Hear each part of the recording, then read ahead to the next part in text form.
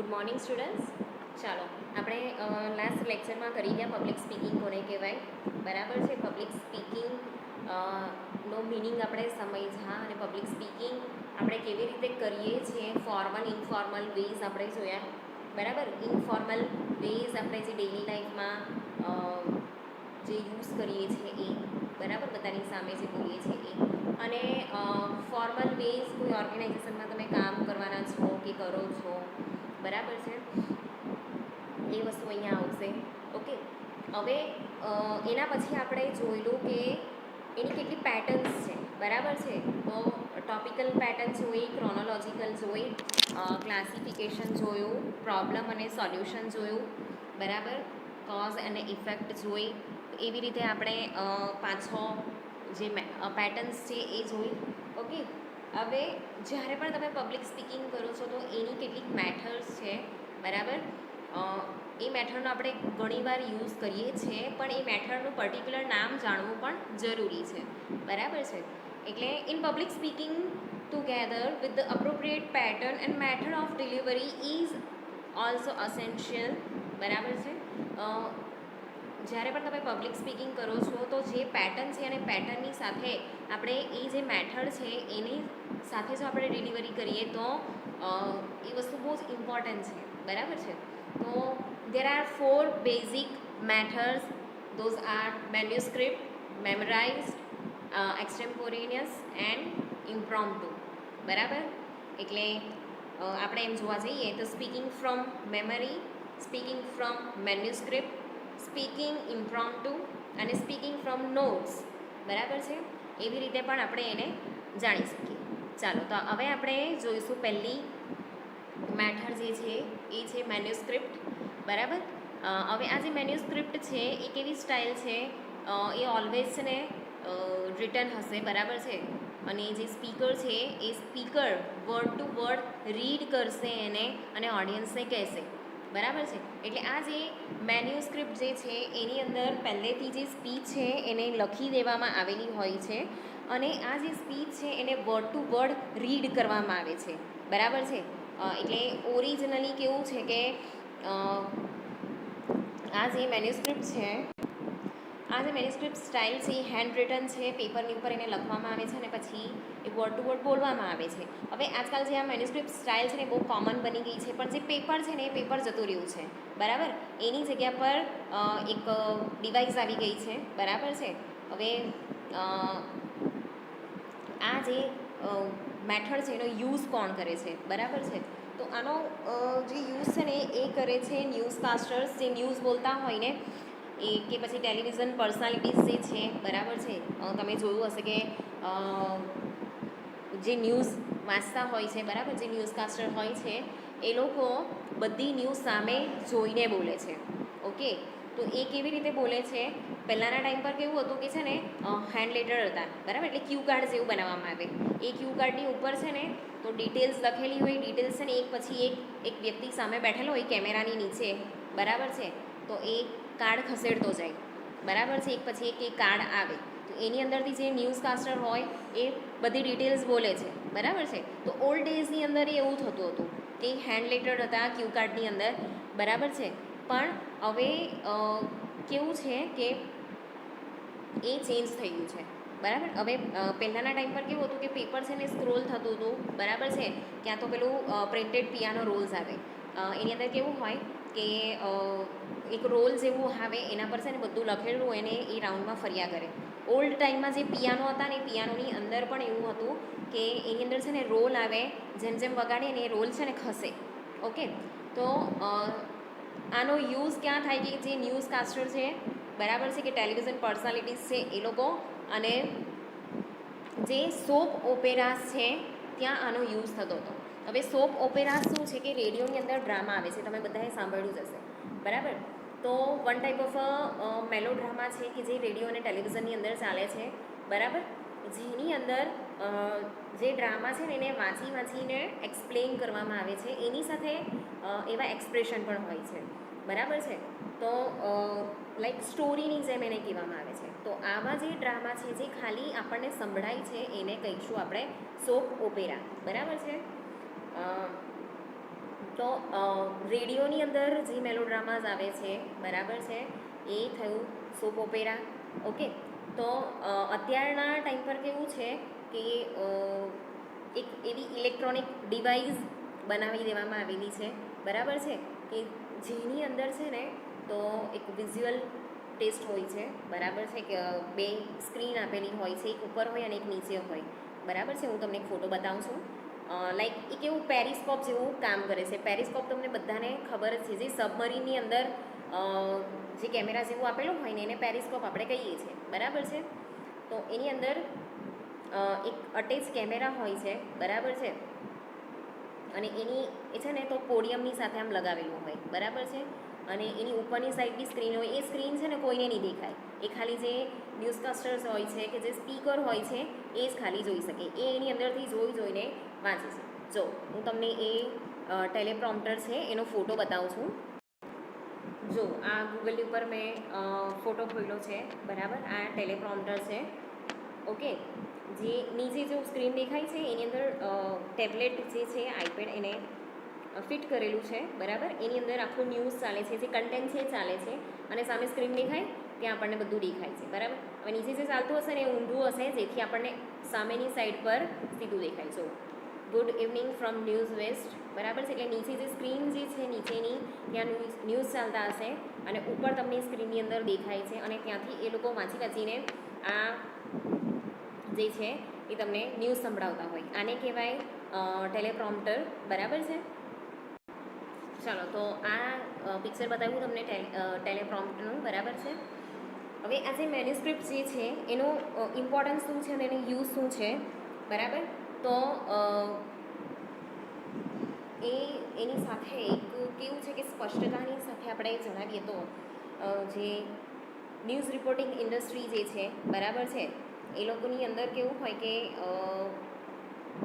જે ન્યૂઝ બોલવાના હોય ને, બરાબર છે, એ એક્ઝેક્ટ હોવા જોઈએ, બરાબર, એક્ઝેક્ટ અને એક્યુરેટ હોવા જોઈએ. તો જ્યારે પણ એ લોકો આપણને ન્યૂઝ કહે છે, બરાબર છે, ને આ વસ્તુ છે ને બહુ મોંઘી પણ આવે છે, બરાબર છે.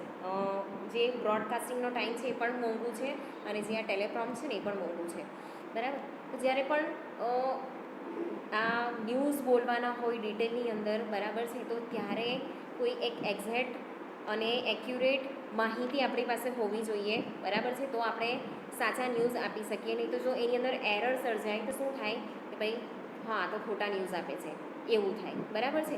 એટલે જે એરર રિપોર્ટિંગ કરે છે જ્યારે જે ન્યૂઝ ટેલર છે એ, બરાબર, એની અંદર ઓછામાં ઓછી એરર આવે, અને એ એરરને ડિક્રીઝ કરવા માટે આ જે મેન્યુસ્ક્રિપ્ટ છે એનો યુઝ થાય છે અને ટેલિપ્રોમ્પ્ટરનો યુઝ થાય છે, બરાબર છે. હવે આપણે નેક્સ્ટ જોઈએ મેન્યુસ્ક્રિપ્ટની અંદર. તો જ્યારે પણ એક એક્ઝામ્પલ આપેલું છે કે યુએસ પ્રેસિડન્ટ જે છે એ જ્યારે પણ સ્પીચ આપે છે, બરાબર છે, ત્યારે મેન્યુસ્ક્રિપ્ટ મેથડથી ડિલિવરી કરે છે, બરાબર છે, ત્યારે એ ટેલિપ્રોમ્પ્ટરનો યુઝ કરે છે. અને ઇવન એવરી પ્રેસિડન્ટ આનો યુઝ કરતા હોય છે, બરાબર છે.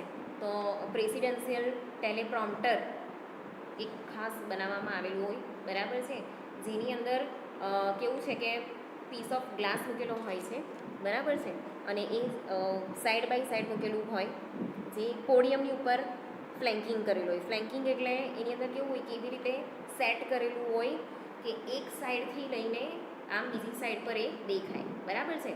એટલે જ્યારે પણ આ પ્રેસિડન્ટ જે સ્પીચ આપતા હોય ને, બરાબર છે, ત્યારે નીચે તો મોનિટર ફિટ કરેલું જ હોય, એની સામે પણ બીજું એક મોનિટર ફિટ કરેલું હોય, જે ઓડિયન્સ એની દેખાશે, ખાલી જે પ્રેસિડન્ટ છે ને એ જોઈ શકશે, બરાબર. એ જે ગ્લાસ છે ને બંને સાઈડેડ હોય, એટલે જે સ્પીકર છે ને, બરાબર, એ એને જોઈ શકે, ઓકે, પણ સામે બેસેલી જે ઓડિયન્સ છે ને એ ગ્લાસ એ લોકોને દેખાશે નહીં, બરાબર છે. એટલે ટ્રાન્સપરન્ટ ગ્લાસ હોય, તો એનાથી જે પણ ટેક્સ્ટ પ્રોજેક્ટેડ થતા હોય નીચેની સ્ક્રીનની ઉપર એ પ્રેસિડન્ટ સામે જોઈ શકે, બરાબર, પણ ઓડિયન્સને દેખાતું નથી.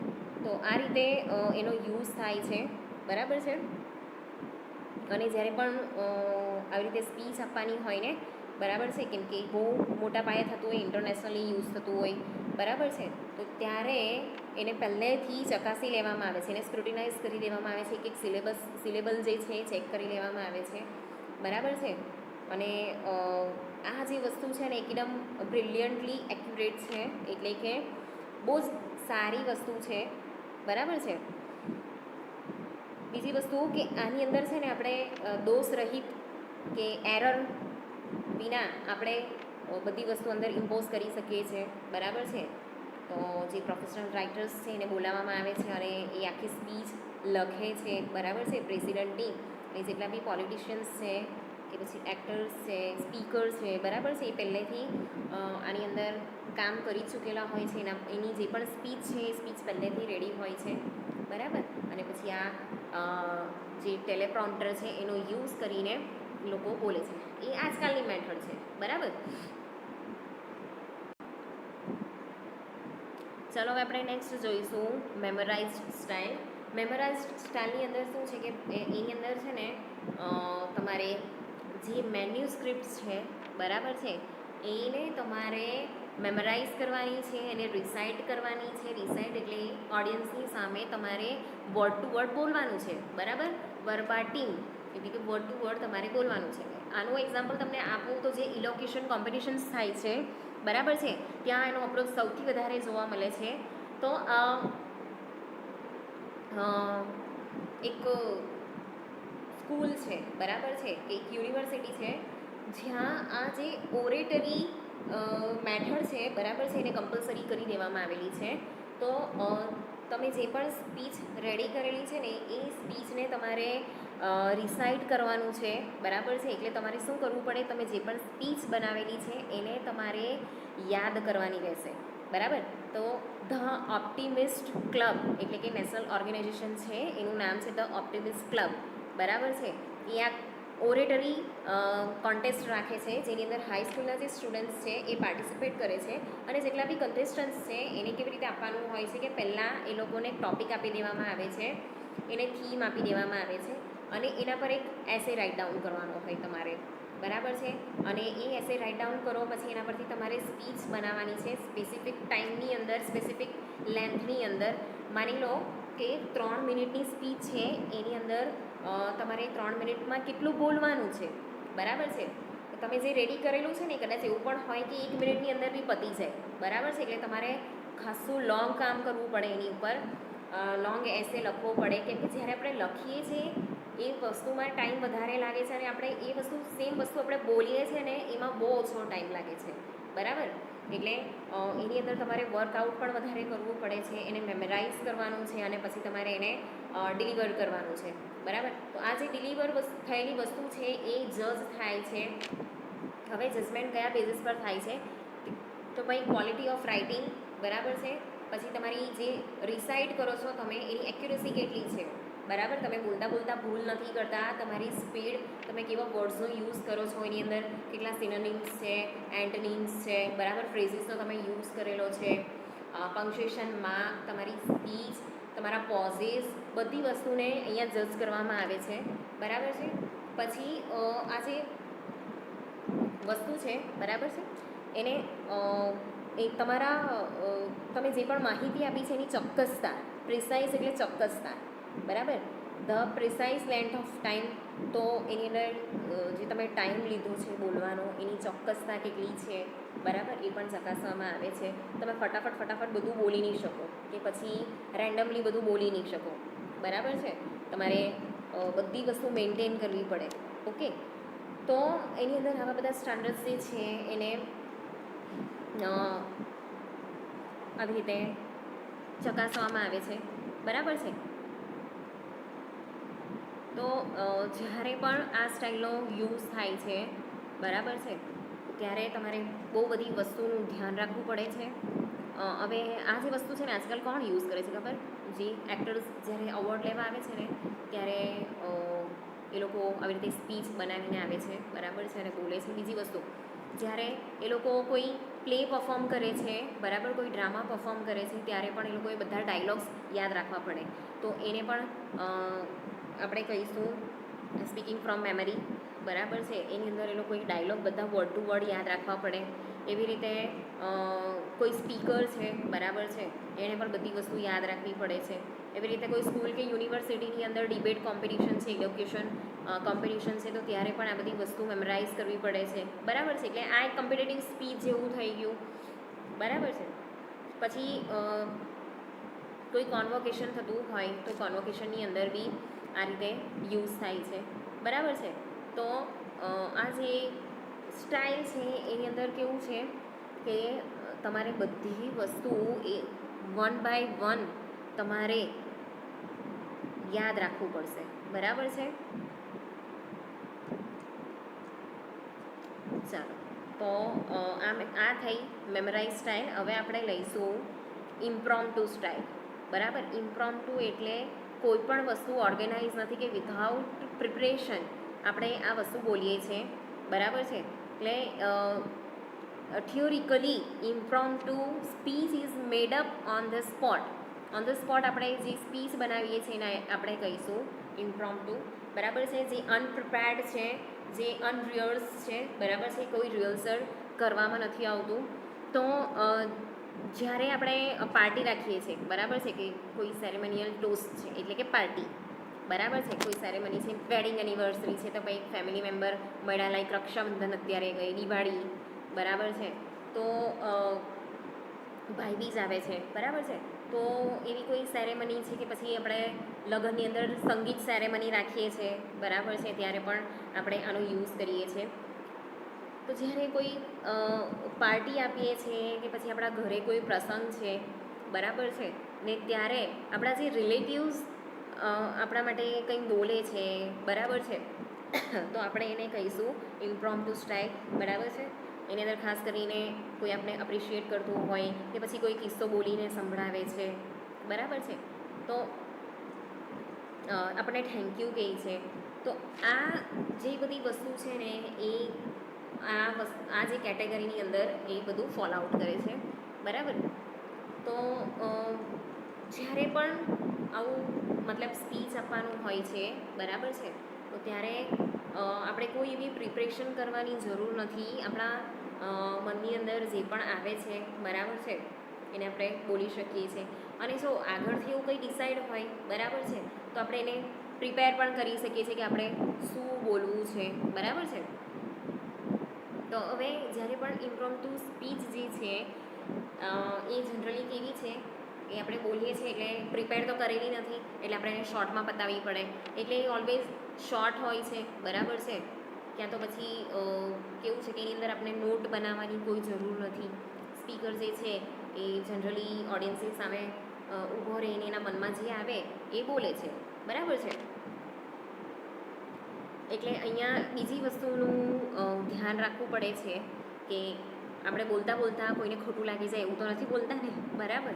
એટલે જે ઇમ્પ્રોમ્પ્ટુ છે એ ઇમ્પ્રોમ્પ્ટુ બહુ ઇનફોર્મલ સ્પીચ છે, બરાબર છે. તો એની અંદર કોઈ પ્રિપરેશનની જરૂર નથી. તો આને કહીશું આપણે ઇમ્પ્રોમ્પ્ટુ સ્ટાઇલ, બરાબર છે. અહીંયા એક કોટ છે ડી.એસ. લોરેન્સ, જે બહુ ફેમસ મોડર્ન રાઇટર છે, બરાબર. Be still when you have nothing to say, when genuine passion moves you, you say what you have go to say and say is hot, બરાબર છે. તમારી પાસે જ્યારે પણ તમને આવું કંઈક બોલવાનો મોકો મળે છે તો એની અંદર બોલો, બરાબર છે. તમારા મનમાં જે આવે છે એ બોલો, તમને મોકો મળ્યો છે બોલવાનો, બરાબર છે, તો એની અંદર તમે બોલો અને જે બોલો છો એ સારું બોલો, બરાબર છે. તો આ રીતે અહીં એક એક્ઝામ્પલ પણ આપેલું છે કે એક વેડિંગ એનિવર્સરીની અંદર લાઈક મમ્મી પપ્પાની વેડિંગ એનિવર્સરીનું એક સેલિબ્રેશન રાખવામાં આવેલું છે, બરાબર છે. અને પપ્પા જે છે એ બોલે છે અને એક આખો કિસ્સો કહે છે કે કેવી રીતે એ લોકો મળ્યા, એ લોકોના મેરેજ થયા, બરાબર છે, કે એ લોકો કિડ્સ હતા 1939ની અંદર, પછી એ લોકો મોટા થયા, બરાબર છે, મેરેજ થયા, તો કેવી રીતે એ લોકોની લવ સ્ટોરી જે છે એ ચાલી, બરાબર છે. તો આવો જે કિસ્સો કીધો, બરાબર છે, એમના પપ્પાએ, તો એને કહીશું આપણે ઇમ્પ્રોમ્પ્ટુ સ્ટાઇલ.